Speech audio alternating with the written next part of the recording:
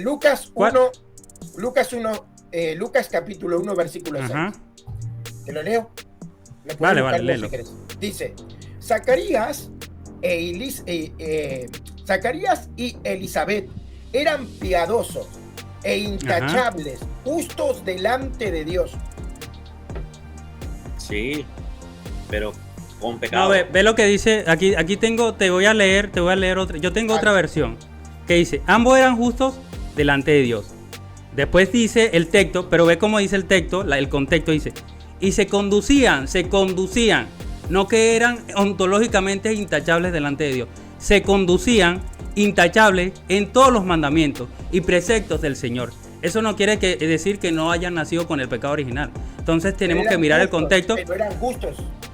Eran justos y eran intachables. Una persona puede ser justa, intachable, pero no necesariamente dice que no nacen con el pecado original. Aquí lo que estamos tratando es el tema ontológico del pecado original. Si heredaron o no heredaron el pecado original. Okay, entonces, ¿tú crees que estas personas heredaron el pecado original, sí o no? Mira, tengo una excepción. No, ¿tú crees que estas personas, claro. En efecto, entonces ya se cae tu argumento, Luis. No, entonces lo que tienes que probar es que no todos los hombres fueron pecadores. Muerte, aunque yo sé que tú quieres decirle idolatría, reminiscencias del paganismo y tal, pero nosotros los cristianos ortodoxos y romanos creemos que, mira, esto fue un amor que va mucho más allá de la muerte. Es un amor que reverencia, inclusive en la bioética se sabe que el ser humano puede ser, que es sagrado antes de venir al mundo y después de irse también. Por eso tenemos los entierros y todo lo demás. No, yo sé que esto les puede sonar a ustedes un poco, como dices tú muchas veces, poesía, esto es bla, bla, bla y todo lo demás. Pero bueno, muchas veces se pinta a nosotros, a los protestantes, como si estuviéramos secos, ¿no? Como si no tuviéramos sentimientos o no fuéramos capaces de asimilar esas cosas que usted está diciendo. Ese no es el problema. Lo que yo veo es un pragmatismo descarado. O sea, el paganismo imperante que existió justamente en la Iglesia Católica, de la cual ustedes pertenecen, hoy se quiera justificar y matizar con poesías. Esa es la crítica, no que tengan catedrales. Nosotros tenemos catedrales. Esa no es la crítica. La crítica es que sutilmente van llevando este pragmatismo hasta terminar haciendo vinculaciones cristológicas. Pasan de tener imágenes en las catacumbas y dicen, no, todo está chévere, vamos a tener esta imagen aquí que recuerde a Jesús. Está bien, pero siguen avanzando, se pierden justamente de obedecer por seguir sus propios pensamientos. ¿Y ahora qué tiene usted? Tiene una vinculación cristológica con sus imágenes, ¿cierto o no? Sí, es verdad, no lo puede negar, en el siglo VIII. Entonces no estamos en contra de toda esta poesía que puede llegar a adornar los argumentos. Yo también puedo echarle retórica y adornar mis argumentos para hablar de iglesia invisible, iglesia espiritual, ¿no? El asunto es que las vinculaciones que ustedes han hecho a través de los siglos son realmente una acreción que no corresponde con el pensamiento apostólico. Le menciono algunas. ¿Por qué ustedes no creen en la Inmaculada Concepción de María? Se supone que ustedes pertenecen también a la Iglesia Católica, que vienen de los mismos apóstoles de la Iglesia Católica Romana. ¿Sabe por qué? Porque ustedes consideran que esa no es una enseñanza apostólica. ¿No ese es el argumento que ustedes utilizan? ¿Y por qué creemos que no es una enseñanza apostólica? Porque no está refrendada en ningún concilio ecuménico. Ay, papá, ahí es. Uf. A ver. Aquí vamos por partes. Me gustaría primero la opinión de qué nos dice Luis acerca de esta declaración del padre Juan. ¿Qué piensa él?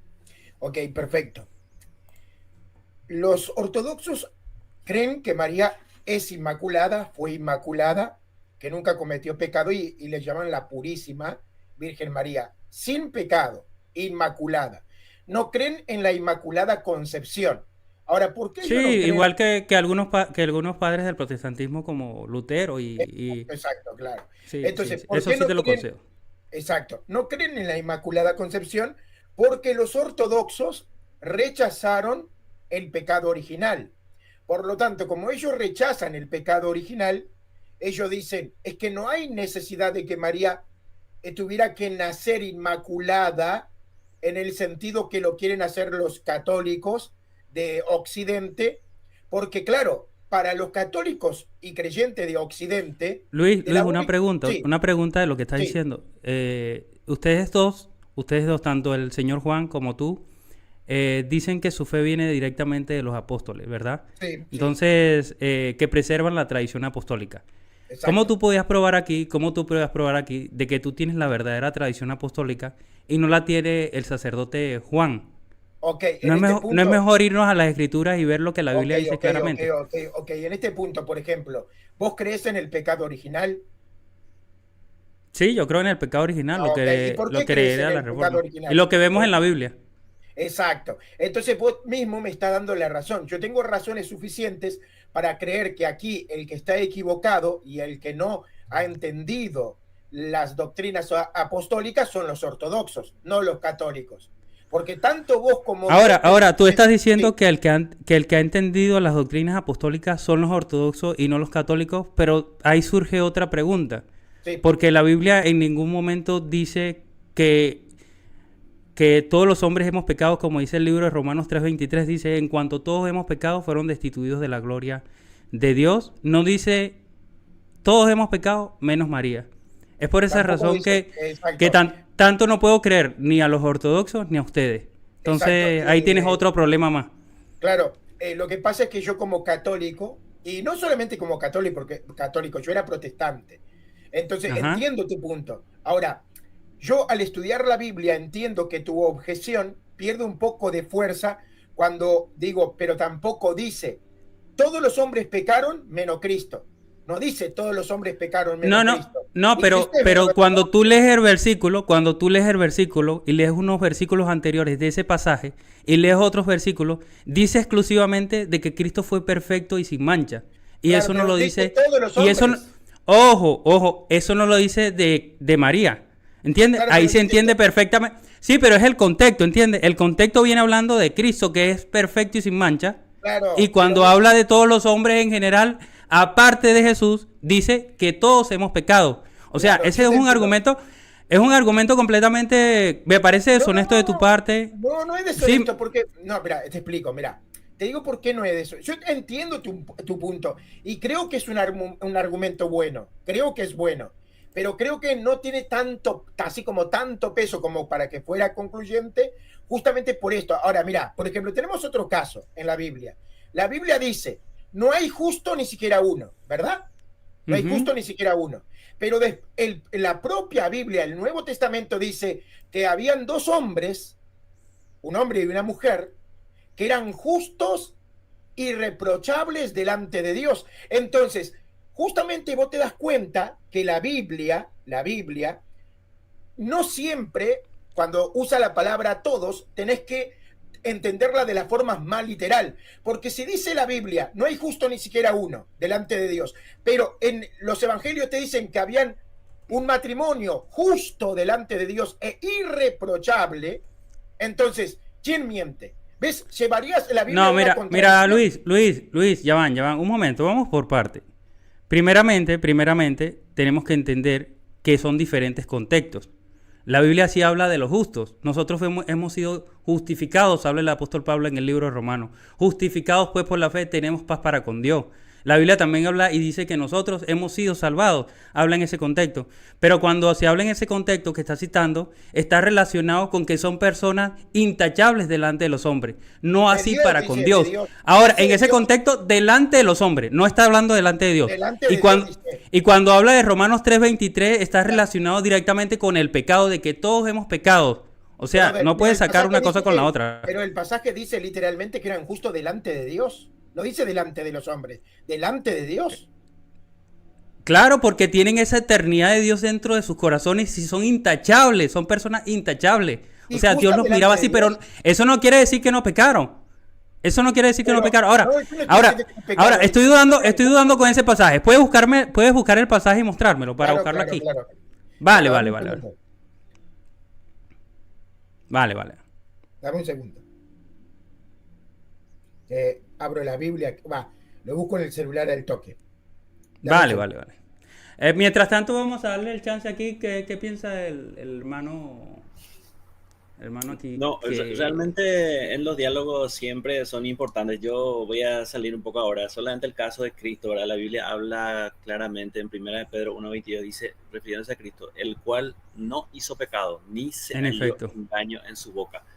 Quienes cuando le maldecían no respondía con malicia, cuando padecía no amenazaba ni encomendaba la causa, sino encomendaba la causa al que juzga justamente. O sea, realmente lo de Cristo no existe ninguna duda en ese sentido, porque el sacrificio tuvo que haber sido perfecto, es lo que nosotros creemos y es lo que la Biblia dice. Aparte que Dios no puede cometer pecado, ¿verdad? O sea, su naturaleza, su condición de Dios no le permite ni ser tentado, ni tener duda ni nada. O sea, eso es categórico en ese sentido, ¿verdad? Ya lo tengo acá el verso.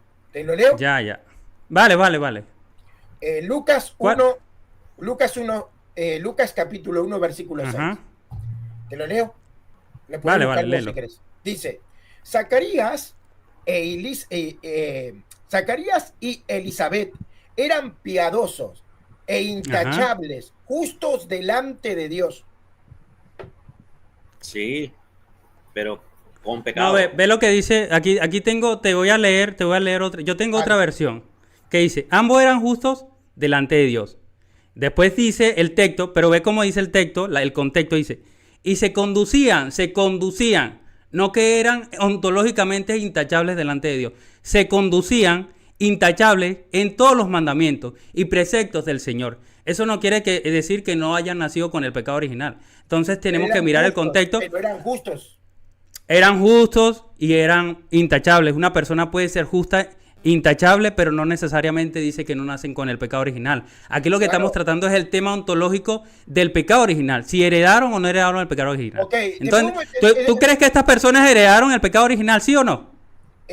Mira, tengo una excepción. No, ¿tú crees que estas personas, Sí, claro. En efecto, entonces ya se cae tu argumento, Luis. No, entonces pero, lo que tienes que probar es que no todos los hombres fueron pecadores. Te puedo probar otro. Con un caso te puedo probar que un hombre nació sin la culpa del pecado original. ¿Un hombre? ¿Qué hombre fue ese, Luis? Por Dios, ¿cómo vas a decir eso? Ok. Vos sabés que, bueno, según la doctrina católica y ortodoxa, histórica, ¿no? Incluso luteranos también lo podrían aceptar y anglicanos. No creo. Pero escúchame. Sigue. Ok. Cuando el pecado original es borrado con el bautismo del Espíritu Santo. ¿Vos estarías de acuerdo con esta afirmación? No, porque soy el pecado original, ¿cómo dices tú? No entiendo. Es borrado cuando uno recibe el Espíritu Santo. Ah, por supuesto, claro. Ok, ¿en qué momento recibió el Espíritu Santo Juan el Bautista? ¿En qué momento recibió el pecado? El bautismo del Espíritu Santo Juan el Bautista. Estando dentro del vientre de su madre. No necesariamente. En el vientre de la madre. No, claro, sí. Eso tiene una explicación, Lucho. Lo que pasa es que el Espíritu Santo, antes de venir, o sea, antes de que Cristo haya prometido, tanto Moisés, David, Josué recibían el Espíritu Santo, pero por una cuestión ministerial. Nosotros recibimos en forma personal, desde que Cristo fue y dijo, ¿os conviene que yo me vaya? Entonces nuestra relación, tanto Moisés, todas las personas que recibieron por distinción de Cristo Jesús fue para cumplir un ministerio. Eso es categórico. Claro. Pero es una excepción. Ahora Luis, dejemos un momentico ahora que hable el hermano Edwin que acaba de entrar, a ver si tiene algo que decir, ¿vale? Y después yo tengo que retirarme, Lucho. Te aprecio mucho siempre, mi querido hermano.